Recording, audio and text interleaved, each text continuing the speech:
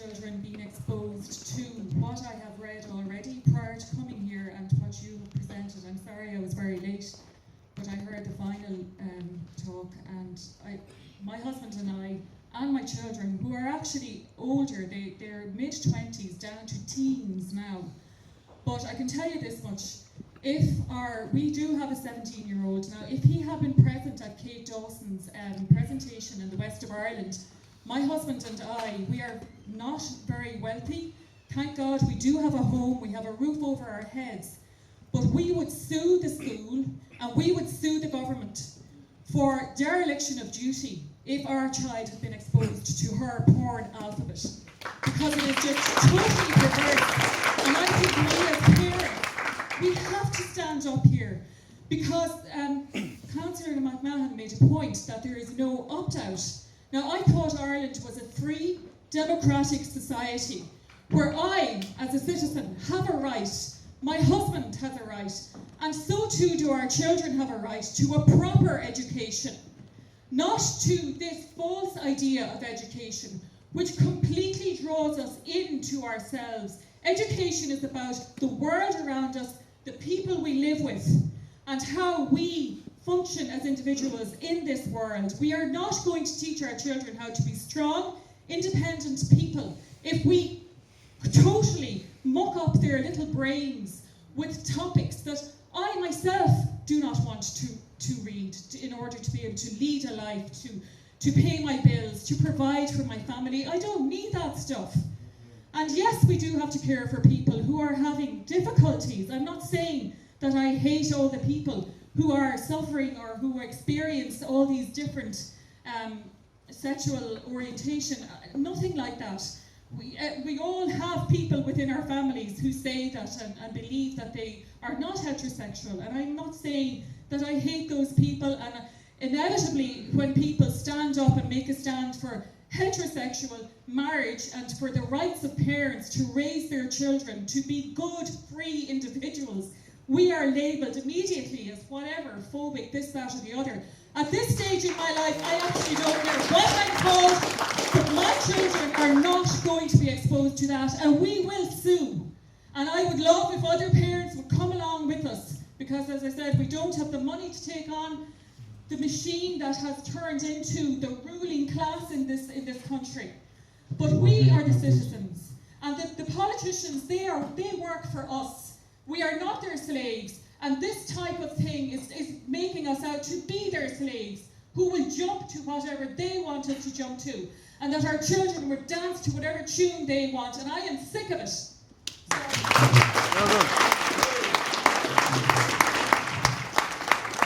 It's wonderful to hear that lady there. That's what we, the Irish parents, want. Passion. I'm a father and a grandfather, 4 kids and 6 grandkids and what have you. And I don't care what anybody thinks. I set up a communion and confirmation club in my house with 50 kids from every week for the last 2 years. They experience heaven on there. Little kids, 4 to 15 years of age. And listen to this, head case here, talking about masturbation at 4 years of age and 9 and 10 years. Kids, cognitive development takes place at 12 years of age. Up to that, they're tabernacles of God's love is what I call them. Anybody that's any daddy or mammy here will know they're little kids. They go to the mammy or the daddy for protection. That's what they are up to their 12 years of age. So for anybody to introduce sex education, I just came back from Canada there, they're all nuts over there. Now they're having a thing over there about no sex, you know. Listen, the people, someone said it, the people have no advice. I agree with you. Where are we radical people who want to love our kids and our little kids, 50 kids, just imagine, they experience heaven on earth every Friday night. It's a communion and confirmation club, and it's called the Nazarene community. Jesus was a Nazarene, and he was a radical, and I'm a radical. I want all our kids to love each other, to help each other, to support each other, to educate each other, and that's what we have to do. Instead of that, someone said here, this man over here, there's 10 people in control of the Spawell, this country, and you have people, you know, even kids, pornography, 12, 13, 14, 15, 16 years of age. I was down at the police station lately, and she said, little kids, 14, 15 years, are up in court at the moment, and the judges said, what's these kids? Are they all looking at pornography? And the judge said they don't know what to do. There's nobody telling them what is right and what is right. I'm a parent, I'm going to tell my kids what's right. That's the end. the Nazarene Communion and Confirmation Club, every Friday night. You want to settle up in the country, let me know. Come on. Madigan. Good man. Lovely passion from that man. When he compromised our democracy by not allowing a free vote on matters of conscience. The Citizens' Convention is his invention, and it was brought about as a way to circumvent our Constitution, and it's been remarkably successful.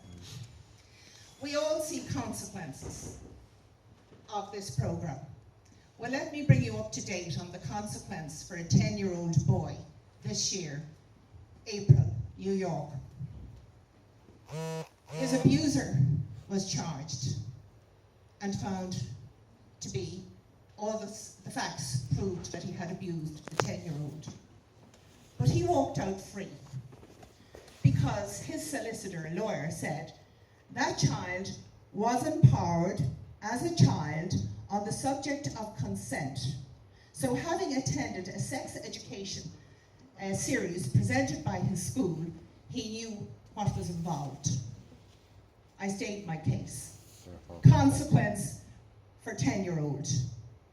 Because he went through a sex education course in his school, he was deemed to have given consent. Now, I'd like to ask the lady behind me here. She said that she visited schools in her capacity. In what capacity do you visit preschools, can I ask you please? I'm a music teacher. You're a music teacher, and you see exhibitions of children. Today was a very unusual case, but it happened today. It's literally this minute. Okay. How would you handle that? Do you work with children? I do. Okay. I do What would you do indeed. if that happened? Well, can I tell you, I've served in many capacities. One as representing the public in Beaumont Hospital, and I could inform you on many issues. I also served on the board of RTE for 8 years, representing the public. I took both of those positions when I was a member of Fine Gael because I wanted to serve and I wanted to represent people. I took both of them because they were non-paying. Had they had a payment attached to it, I was not going to be any political party's lackey. I wouldn't have taken it. I'm here tonight as a grandparent who wants to let kids be kids. And I want the parents in this country to be able to exercise their democratic right under the Constitution, not under the Constitutional Convention, which is a faux convention. And it should be challenged at the highest level. Now, please protect our children and let them be children.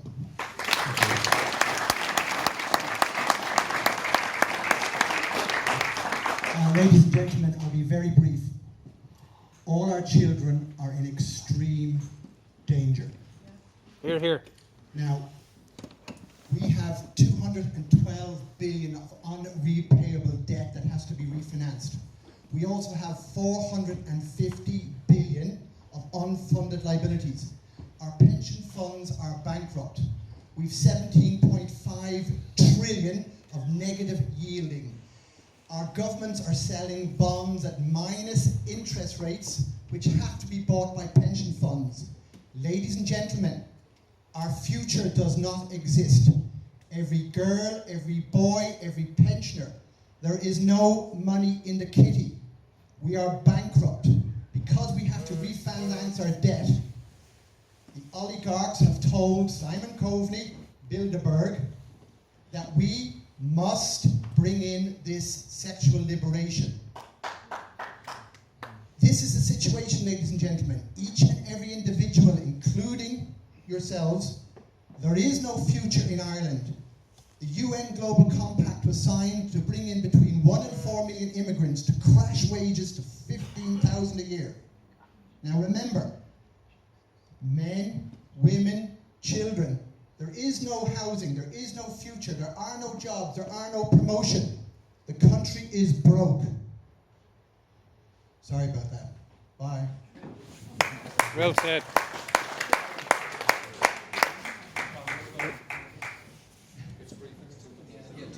I'm going to be very brief. My heart is pounding in my to the Niles, having heard the elected representative here talk such rubbish here tonight. I am shaking. Now, let's talk some facts. Where does the ideology come from? Now, there are 4 founding fathers of what this is. Michel Foucault, Gail Rubin, Pat Califia, and Judith Butler. Look them up on YouTube. They are the professors of queer theory. This is a legitimate course of education all over America and various other places. All of those are apologists for paedophilia. Michel Foucault wanted to reduce the age of consent to 0. Judith Butler bemoans the fact that there's nobody to stand up for the rights of the boy lovers. Pat Califia states that certain types of incest are not that intrusive. These are the people that are driving this ideology. Trans ideology, what are we talking about? If we're going to talk, it actually emanates in the main from Alfred Kinsey. Has anyone ever heard of the Kinsey books? Yes. He wrote the books in 1947-51, The Adult Life of the Sexual Male and Female, blah, blah, blah. Credited by some feminists with being the father of the sexual revolution. He has been shown now to have been using a predatory paedophile to sexually abuse children as young as 2 and document their responses to his abuse as sexual pleasure and orgasms. Check it out in his book. There's an elderly Jewish lady in America who's taken him on. The Kinsey Institute is heavily involved in child sex education at this time in their lives under the guise of various sort of foundations around the world, insidiously dropping this in. Now, I'm not a practicing Catholic. There's room in the world for everyone. Frankly, I couldn't give a flying fuck about your sexual orientation. Really and truly. You're gay, you're straight, it doesn't matter. But how about some facts? Because one could be forgiven for thinking that it's 50-50. Alfred Kinsey, his statistics were that 70% of adult males use prostitution. Turns out he was using the prison population to gather those statistics. 30 seconds. What was the other thing about Alfred Kinsey? Oh yeah. He was the one that came. Oh yeah, the percentages. 98% of the people in the world are heterosexual, and they're the most up-to-date figures. The 1.6 to 2.4% of the population are gay, and happy days. It fluctuates a little bit because during their 20s, some people are sexually more adventurous, and then they all come back to basically I'm heterosexual. So on that 2% that are gay, listen to Douglas Murray, a gay writer from Douglas England, Murray, talking fabulous about how guy. the trans ideology is trying to bury gay people. So this is an agenda that's bigger than that. Oh yeah, one last thing. Don't link it to other issues if you want to succeed. If you link it to abortion, if you link it to other things that are considered to be classically right-wing, you can't rely on the politicians because they are bought and sold, and the media, of course bought and sold, will bury you. The only people who rely on yourselves, you're on your own here. And I personally, I'll tell you what I'll be doing, Pamela. What I'll be doing is someone coming in to educate my grandchild that he could be a boy or a girl at fucking 6 years of age. I'm standing there with a fucking cudgel outside McDonald's. We're going to take maybe the last person there on the left. No job. That's a disgrace. Okay, please, we'll keep it Apologise for that. You're a disgrace. No, you're Okay, all right. Please, thank you. Sorry, don't need a few books. sorry. My name is Gerard O'Connor, and there's a couple of points. The first one I would like to make is I am an unrepentant Christian Republican Socialist. I don't agree with Pamela, but she is one of the politicians that did turn up tonight and have the guts to turn up tonight, and she should be respected for that, regardless of her views with baiting of the agreement. And I think it's wrong to attack a politician that has the guts to arrive here tonight. The other thing I would like to say, I've always been involved politically, not kind of election like that, but I was taken aback by, I can't even name the female speaker on the table, because it was like as if men don't exist. Every reference you made tonight was towards women and children. I've come across this all my life. I was abused by a woman, Discount Richard and Von to this Coudenhove day, Kalergi, it Simon has Esther. affected me all my